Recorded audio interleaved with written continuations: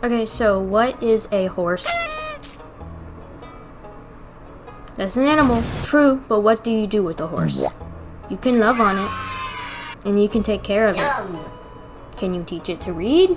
Wrong. The horses aren't supposed to be able to read. You can ride a horse. That's the main goal of what a lot of people choose to do. However, it is not just as easy as throwing a saddle on the animal. You must know all of your proper preparation and general animal care before you do anything else with a horse. First of all, this is a horse. Let's be friends. You know what a horse is. They come in many shapes and sizes. Not just that, but different personalities as well.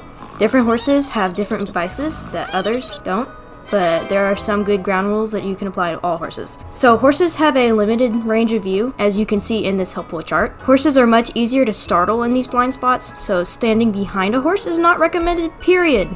Even if it's a super nice horse, just always be aware. Sudden movements can scare horses as well, so holding things above their heads or back is not recommended, because unfamiliar things are scary to horses. They are kind of like aliens sometimes. They don't know what anything is. And even if it is an object they see every day, if it goes higher above their head, or if you move it too quickly, that can be disastrous. Okay, so those are the ground rules for existing in the same space as a horse. Here are the tools that you will need to know. A curry comb, a stiff brush, a soft brush, a hairbrush/comb, and a hoof pick. When you're cleaning with a curry comb, the motion you should do is brushing in small circles all over.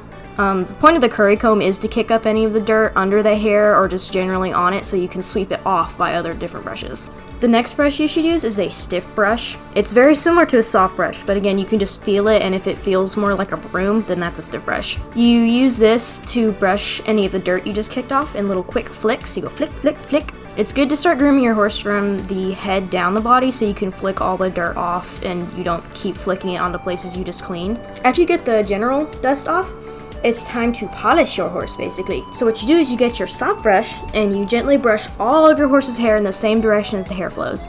This is to distribute the oils you kicked up and to put the hair back in its proper place. It also gets off any of the extra dirts again, and then your horse will be super shiny. After that, you are done with your horse's body, and they are clean up there for the most part. The next thing to worry about is hoof picking. Hoof picking is a whole ordeal, and if you leave a horse's hoof damaged and packed with stuff, it can lead to some really serious problems, so you have to be very diligent when picking your horse hoof.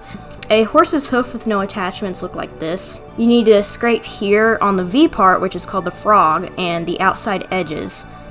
You also need to get any of the other packed, caked in stuff you can find. That's basically the biggest goal of hoof picking, and to note if there's any damage or smelly stinky. That is something called thrush, and you get this weird blue stuff called thrush buster. After you pick out that stinky, smelly debris that was causing it, you look for any other damage, and you put that thrush buster on it, and the horse's hoof should be cleared.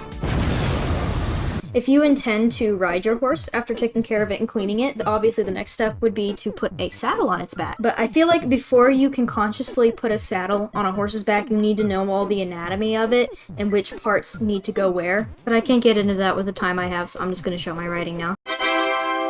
So here is clips of my riding. It's kind of scary when you first get on, but you get the hang of it. And this clip right here is a good example of why you need to check the tightness of your saddle when you get back out to where you're supposed to be going, because sometimes your horse is a blowfish and your saddle slips when you finally get on because it wasn't tight enough.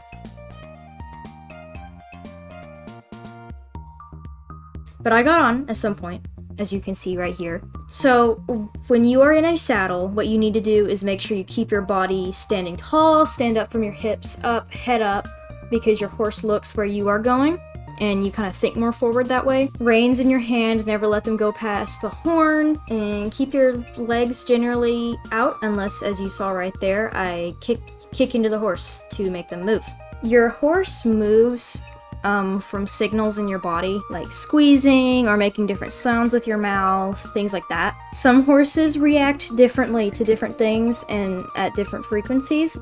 Just as long as you keep those things with your body, keep your body mindful and in check, then you can ride pretty well after that.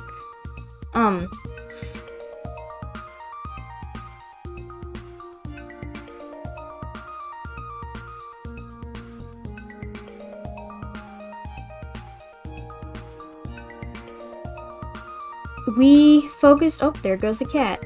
We focused on quite a few different things this semester, and it was the different kinds of trots, how to turn, posting, how to stop your horse, how to back your horse up, weaving between cones, just some good beginner stuff, and it's a lot harder than it looks, but it's also a lot more fun than it looks sometimes.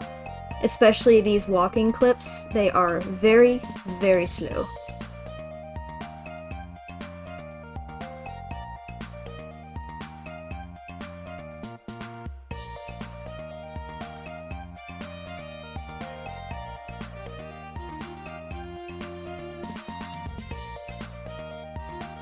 If you see there, I have to kind of click my heels into her side quite a bit, squeeze her. I was also probably going like clicking with my tongue, but I don't think she was moving like I wanted to. I think I was wanting her to jog a little bit more here, but I also had to be mindful of the person in front of me because I didn't want to run up in front of them, because you don't want to do that, because then the horse might kick you. Here's a good clip. Okay, so here is a section I'm really having to kick on her side because I was wanting her to actually trot through this section because we were supposed to be trotting, but she would not go. And I was trying my hardest, kick right here, and she would not go. And I said walk and jog and trot, throwing that around a few times. Those are different kinds of gaits in a horse, and they have different beats. So when you want to ask your horse for a walk, you sit up and you click your heels or squeeze into the horse's sides a little bit, and walk on might usually help them. And then they're going to enter into a gait that is 4 beats, which means their hoofs go 1, 2, 3, 4, 1, 2, 3, 4 as they walk. It's very easy movement. And from there, if you want them to stop, you say whoa pretty loud and firmly, and they should stop. Something important to note this whole time during this turning procedure, if I am wanting to turn right or turn left, I'll use right for example.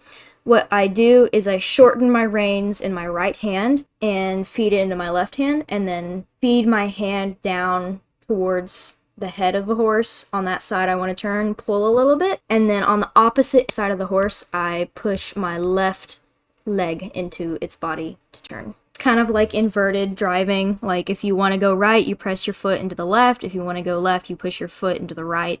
And then the reins are opposite of that diagonally, you know what I mean? These next clips are with a terrific horse named Brian.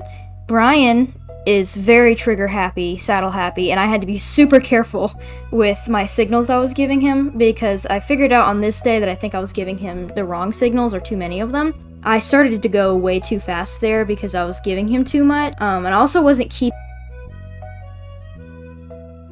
I keep leaning forward, that's bad. I keep trying to have him trot over these poles, but I am leaning and anticipating quite a bit, and there I was trying to get him to stop, and I was backing up, which is something I'd like to show, but what I did not mean to show there. To back up, you just kind of lean back a little bit and pull on the reins. And in this next clip is a good example of a trot, which is a 2-beat gait where I go 1, 2, 1, 2, 1, 2, and then he kind of breaks down into a jog or walk.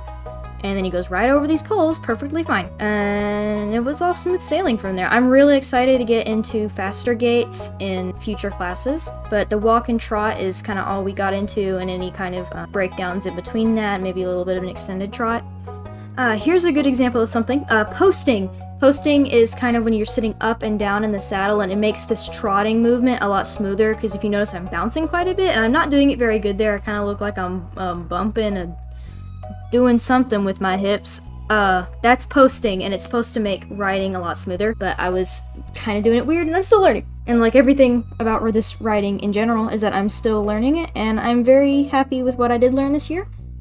I think that's all I have to say and show for my riding, and that is my riding video. Thank you for watching.